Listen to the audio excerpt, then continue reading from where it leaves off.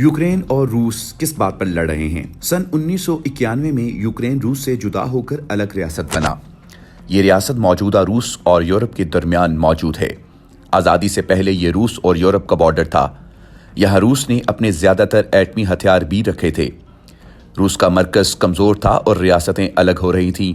अलग होने के बाद भी ये एटमी हथियार यूक्रेन में ही रहे।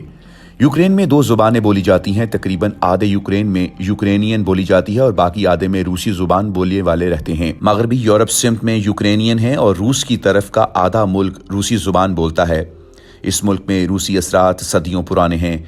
इनकी सकाफत, लिबास वगैरह सब आज भी रूसियों जैसा है। अलग होने के बाद यूरोपीय ममालिक और अमेरिका ने इसे आज़ाद यूरोपीय ममालिक जैसा बनाने के लिए इक़दामात किए। मुल्क के 80% अवाम आज यूरोपीय निज़ाम को बेहतर मानते हैं। बाकी 20% लोग रूसी निज़ाम के ख्वाह हैं। इनके कम्युनिस्ट बाबे अपने लोगों को रूस का सुनहरी दौर याद दिलाकर गरमाते हैं। ये 20 रूस पसंद लोग यूक्रेनी ज़ुबान वाले नहीं बल्कि रूसी ज़ुबान वाले हैं और इसे हम यूँ समझ सकते हैं कि पाकिस्तानी पश्तून खुद को अफ़गान कह जाते हैं। आज़ाद होने के बाद यूक्रेन और रूस दोनों संभलने लगे। रूस ने सबसे पहले अपने एटमी हथियार वापस मांगे। अक़वाम मुत्तहिदा के मशवरे पर यूक्रेन ने आज़ादी के 5वें साल ये एटमी हथियार रूस को इस शर्त पर वापस कर दिए कि रूस कभी यूक्रेन की तरफ फ़ौज कशी नहीं करेगा। ये डील मान ली गई। मुमकिना जंग के ख़तरे से निपट लिया गया और यूक्रेन में मौजूद एटमी हथियारों के नुकसान से बचा गया।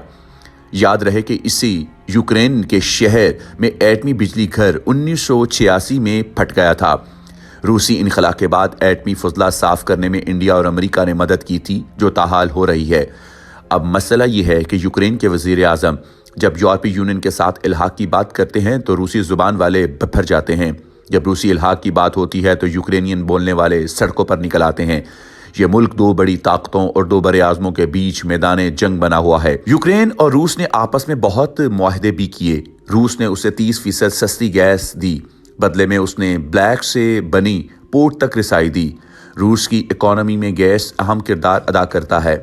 यूरोप को जिस गैस बेची जाती है, इस पाइपलाइन का बड़ा हिस्सा यूक्रेन से होकर गुजरता है। रूस ने 2014 में अमन मुआहदे की खिलाफ वर्जी की और अफवाज दाखिल करके यूक्रेन के इसी ब्लैक सी पोर्ट का पूरा इलाका कब्जे में ले लिया। वहाँ के लोगों ने रूसी फ़ौज को वेलकम किया। रूस ने रेफरेंडम करवाया, अक्सरियत ने रूस का साथ चुना। अक़वाम मुत्तहिदा, यूरोप और अमेरिका ने इसके खिलाफ रूस को धमकाया। रूस ने जवाब दिया कि अगर वहाँ के लोग यही चाहते हैं तो कोई बाहर वाला उनकी मर्जी के खिलाफ नहीं जा सकता। यही सच्चाई थी, इसलिए कोई कुछ न कर सका। ये इलाका क्यों ज़रूरी था? यूँ समझें कि पानी के रास्ते कराची से गवादर जाना हो तो दरमियान में सोमियानी का साहल आता है। ऐसे ही दरमियानी साहल पे रूस ने 2014 पर कब्जा कर लिया और मशरकी और मगरबी यूक्रेन के समुद्री रास्ते को कंट्रोल में ले लिया। इस रास्ते से गुजरते बहरी जहाज़ों को 2018 में रोका गया, आगे ना जाने दिया गया। ये जहाज़ वापस हुए तो रूस ने बमबारी की और जहाज़ों और अमले को यरगमाल बना लिया। समुद्री मसला बयान कर चुके हैं, अब ज़मीनी मसला समझते हैं। यूक्रेन का इलाका एक इंडस्ट्रियल इलाका है, कराची से 7 गुना बड़ा है और रूसी सरहद पर वाक़या है।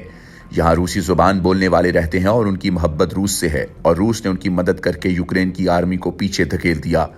अब यह इलाका अमली तौर पर रूस और यूक्रेन दोनों के कब्ज़े में है। यहाँ रूस मुकामी लोगों की फ़ौजी ट्रेनिंग कर रहा है और ज़मीन से हवा में मार करने वाले मिसाइल लगाकर यूक्रेन के मुसाफिर जहाज़ों को गिरा चुका है। यूक्रेन इसका इल्ज़ाम रूस पर लगाता है। रूस लाताल्लुकी का इजहार करता है। यूक्रेन चाहता है रूसी फ़ौज अपने असलहे समेत इस इलाके से निकले, तब शफाफ रेफरेंडम हो सकेगा। रूस का जवाब है कि पहले इलेक्शन होगा, बाद में अगली बात होगी। पिछले 15 साल से यूक्रेन में कोल्ड वार चल रही है। रूस को ये इलाका वापस चाहिए, मगर यूक्रेन के आधे से ज़्यादा लोग यूरोप तर्ज पर चलना चाहते हैं और अपनी आज़ादी पसंद करते हैं। रूस को लगता है यूक्रेन में रहने वाले रूसियों के साथ जुल्म हो रहा है। यह कौम परस्त के ज़ेर साया अपने मफादात की